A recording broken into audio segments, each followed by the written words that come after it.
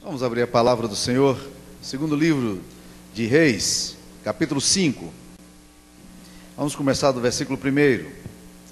Naamã, comandante do exército do rei da Síria, era grande homem diante de seu senhor e de muito conceito, porque por ele o Senhor dera vitória à Síria. Era ele herói de guerra, porém leproso. Saíram tropas da Síria e da terra de Israel, levaram cativo uma menina que ficou ao serviço da mulher de Naamã. Disse ela à sua senhora: tomara o meu senhor estivesse diante do profeta que está em Samaria, ele o restauraria da sua lepra.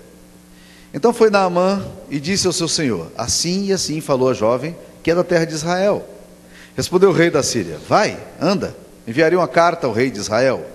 Ele partiu e levou consigo 10 talentos de prata, cada talento de prata são 15 quilos cada talento, 6.000 ciclos de ouro, cada ciclo pesa 15 gramas, e 10 vestes festivais. Levou também ao rei de Israel a carta que dizia: logo em chegando a ti esta carta, saberás que eu te enviei Naamã, meu servo, para que o cures da sua lepra. Tendo lido o rei de Israel a carta, rasgou suas vestes e disse: acaso sou Deus com poder de tirar a vida ou dá-la, para que este envie a mim um homem para que eu possa curá-lo de sua lepra? Notai, pois, e vede que procura um pretexto para romper comigo. Ouvindo, porém, Eliseu, o homem de Deus, que o rei de Israel rasgara as suas vestes, mandou dizer ao rei: por que rasgaste as tuas vestes? Deixa-o vir a mim, e saberá que há profeta em Israel. Veio, pois, Naamã com seus cavalos, seus carros, e parou à porta da casa de Eliseu. Então Eliseu lhe mandou um mensageiro, dizendo: vai, lava-te 7 vezes no Jordão, e a tua carne será restaurada, e ficarás limpo. Naamã, porém, muito se indignou, e se foi dizendo: pensava eu que ele sairia ter comigo, por-se-ia de pé, invocaria o nome do Senhor seu Deus, moveria a mão sobre o local da lepra e restauraria o leproso? Não são porventuras Abana e Farfar, rios de Damasco, melhores do que todas essas águas de Israel? Não poderia eu lavar-me neles e ficar limpo? E voltou-se e se foi com indignação. Então se chegaram a ele seus oficiais e lhe disseram: meu pai, se te houvesse dito o profeta alguma coisa difícil, acaso não o farias? Quanto mais, já que ele apenas te disse: vai, lava-te e ficarás limpo. Então desceu e mergulhou no Jordão 7 vezes, consoante a palavra do homem de Deus, e a sua carne se tornou como a carne de uma criança, e ficou limpo. Voltou o homem de Deus, ele e toda a sua comitiva, veio, pôs-se diante dele e disse: eis que agora reconheço que em toda a terra não há Deus, senão em Israel. Agora, pois, te peço, aceites um presente do teu servo. Porém ele disse: tão certo como vive o Senhor, em cuja presença estou, não o aceitarei. Instou com ele para que eu aceitasse, mas ele recusou. Disse Naamã: se não queres, peço-te que ao teu servo seja dado levar uma carga de terra de 2 mulos, porque nunca mais oferecerá esse teu servo holocausto nem sacrifícios a outros deuses, senão ao Senhor.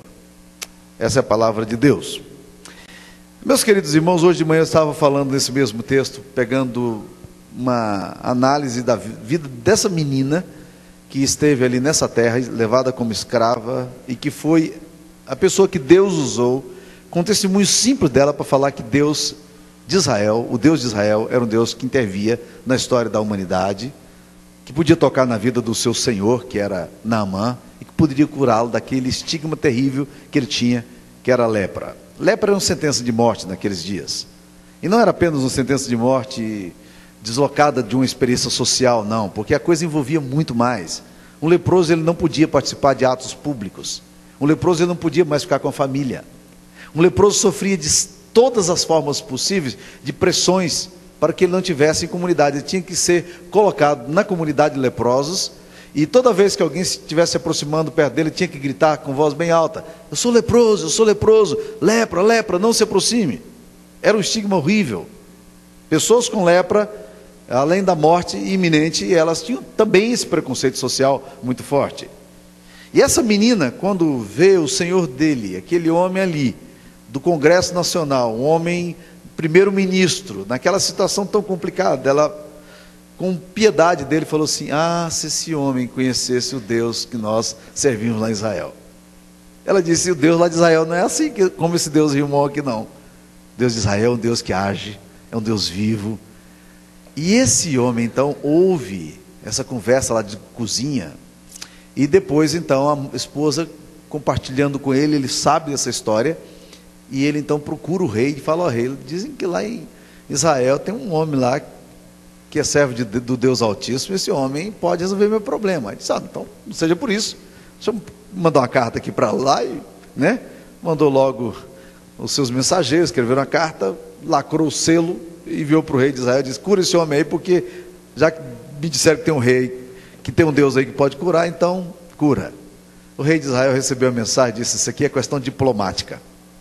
Esse rei de Israel, da Síria está mandando essa carta para eu curar um cara, olha, vê se eu posso curá-lo de lepra. Há tantos leprosos aqui em Israel, vê se ele não está buscando pretexto para a gente brigar. É óbvio que ele quer guerra. E aí, amedrontado, ele rasga as vestes. Era uma forma muito comum das pessoas, diante da dor, elas dramatizarem a dor. Rasgou suas vestes e aquela situação toda complicada. E aí Eliseu ouve falar dessa história e manda um recadinho lá para o rei de Israel, diz assim: manda ele vir conversar comigo. E quando ele chegou ali naquela cidade, Eliseu tinha a base dele, a cidadezinha dele era chamada Dotã, um pequeno vilarejo nas montanhas perdidas ali da Judéia. Quando o comandante da Síria, um homem que mandava num exército imenso da Síria, chegou ali naquele lugar, Eliseu sequer saiu de dentro de casa. Ele mandou um recadinho simples para ele, diz assim: vai tomar banho. A gente não gosta muito desses recados, né? Vai tomar banho 7 vezes. Ele ficou muito indignado. Ele ficou irritado, porque Eliseu nem sequer veio para vê-lo, nem sequer se dignou a vir tocar nele, e ele tinha uns pressupostos interessantes, que não se cumpriram. Eliseu disse: vai tomar banho no Rio Jordão 7 vezes, mergulha lá 7 vezes, está resolvido o seu problema. Ele disse: eu vou coisa nenhuma, na Síria tem rios muito mais bonitos do que o Rio Jordão, Abana e Farfar são rios maravilhosos, de águas limpas. Rio Jordão é um rio de águas escuras, eu não vou mergulhar nesse negócio aqui não. Eu imaginava que ele ia sair, que ia fazer oração, invocar o Espírito de Deus, tocaria na enfermidade, a enfermidade desapareceria. Vou nada. Os homens que estão lá de Naamã, eu imagino que com muito cuidado, não pode aborrecer chefe, né? Com muito cuidado ele chega ali e fala: meu pai, se ele tivesse dito para você alguma coisa difícil, você não faria? Ele só pediu para você mergulhar 7 vezes no Rio Jordão, não é coisa difícil. Vai lá, só isso, faz. E a palavra de Deus nos diz que ele foi, mergulhou 4, 5, 6, nada acontecia. A 7ª vez que ele mergulhou, ele saiu completamente curado da lepra. Meus queridos irmãos, o que isso tem a ver comigo e com você? Esse é o grande desafio quando a gente lê textos, lá, histórias dos homens lá no Antigo Testamento, e a gente pergunta assim: o que isso tem a ver comigo?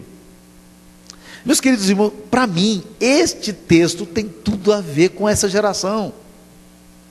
O que nós estamos vendo aqui? Um homem profundamente angustiado, poderoso, rico, que tem autoridade, mas um homem cujo coração não resolveu, porque a alma dele está em frangalhos, a vida dele está em frangalhos. Ele tem sobre si uma dificuldade inerente que ele não consegue responder e nem resolver.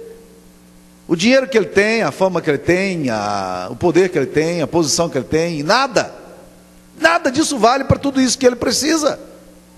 Nada resolve o problema dele. E o que ele começa a fazer? Ele faz o que normalmente pessoas, quando estão no meio da crise, fazem. Começam a tentar resolver de múltiplas formas, em qualquer lugar que apareça, qualquer possibilidade de solução do problema. E começa a fazer apelações. Apelar. E ele, nesse caso aqui, faz o que essa geração nossa faz. A nossa geração é uma geração que a gente chama de geração espiritualizada. O que está acontecendo, meus queridos irmãos, nessa área espiritual, no Brasil e no mundo, vocês não imaginam.